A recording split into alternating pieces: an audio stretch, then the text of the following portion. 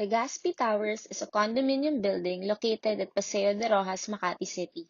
It consists of 7 floors with a unit on the roof deck and 2 levels above said unit called Concession 2 and Concession 3. The use and occupancy of the condominium building is governed by the master deed with declaration of restrictions of Legazpi Towers annotated in the transfer certificate of title of the developer, Legazpi Towers Development Corporation. Concession 3 was originally owned by Leon Antonio Mercado. On March 9, 1989, Lemans or Leviste Management System Incorporated through Mr. Conrad Leviste bought Concession 3 from Mercado.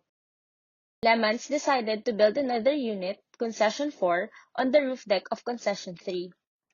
Legazpi Towers sent a notice to Lemans. After reading the letter, Lemans still decided to continue with its construction. Legazpi Corporation then forbade the entry of Lemans construction materials to be used in Concession 4 in the condominium. Lemans filed a complaint to the RTC, praying that a writ of mandatory injunction be issued to allow the completion of the construction of Concession 4. The RTC issued the writ prayed for by Lemans.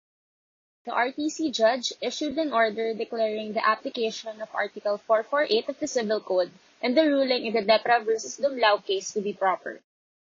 I hereby order Legazpi Towers to exercise its option to appropriate the additional structure constructed on top of the penthouse within 60 days from the time this decision becomes final and executory.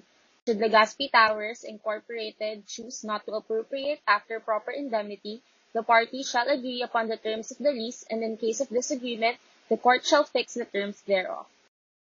The case was elevated to the Court of Appeals. I hereby affirm the decision of the RTC. While Concession 4 is indeed a nuisance, Lemans is a builder in good faith. Furthermore, Legazpi Towers failed to contest this. Since Concession 4 was built in good faith, it cannot be demolished. Both parties filed separate petitions for review and certiorari with the Supreme Court. The issue to be discussed here is whether or not Article 448 of the Civil Code and the Court's ruling in Depra v. Dumlao are applicable to the party situation. I rule in the negative. Firstly, it is recognized in jurisprudence that, as a general rule, Article 448 on builders in good faith does not apply where there is a contractual relation between the parties.